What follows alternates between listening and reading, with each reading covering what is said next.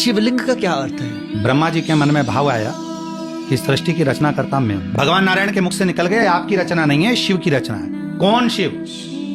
जो कैलाश पर बैठे रहते हैं, नेत्र बंद रहते हैं। ब्रह्मा जी से शिव जी, भगवान नारायण ने कहा ये तुम्हारा भ्रम है। शिव तो प्रत्येक जीव की धड़कन में, श्वास में, कंकर कंकर में, पर्वत में, अग्नि में, जल में, थल में, वायु में, सब में शिव है।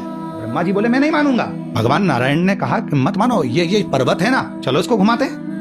भगवान नारायण ने और ब्रह्मा जी ने पर्वत घुमाना प्रारंभ करा।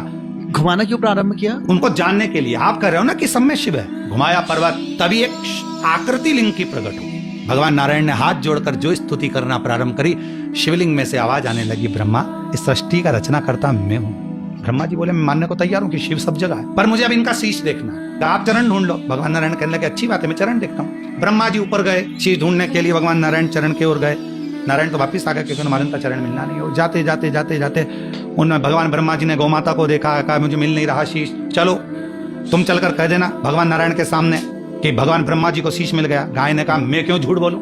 ब्रह्मा जी कहने लगे पृथ्वी पर सबसे पहली रोटी जब घर में बनेगी तो तेरे नाम की निकलेगी, तुझे ही मिलेगी। गाय ने कहा फिर तो मैं झूठ बोल दूं। चलते चलते गाय माता ने कहा कि मेरे बात को अगर कोई ने नहीं माना तो केतकी के फूल को तोड़ लो।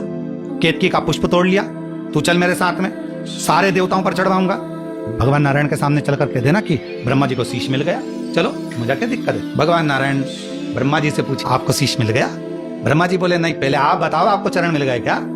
भगवान नारायण ने कहा मुझे चरण कहाँ मिल सकते हैं, मुझे शिव के चरण मिल जाए, बहुत कठिन बात। जैसे ही नारायण ने सत्य कहा, शिवलिंग में से आवाज आ गई, हे नारायण आपने मेरी साक्षी में सत्य कहा है, आज से पूरी पृथ्वी पर सत्य की पूजन सत्य नारायण के रूप में होगी। ब्रह्मा जी से भगवान नारायण ने पूछा अब आप बताओ आपको शीश मिला?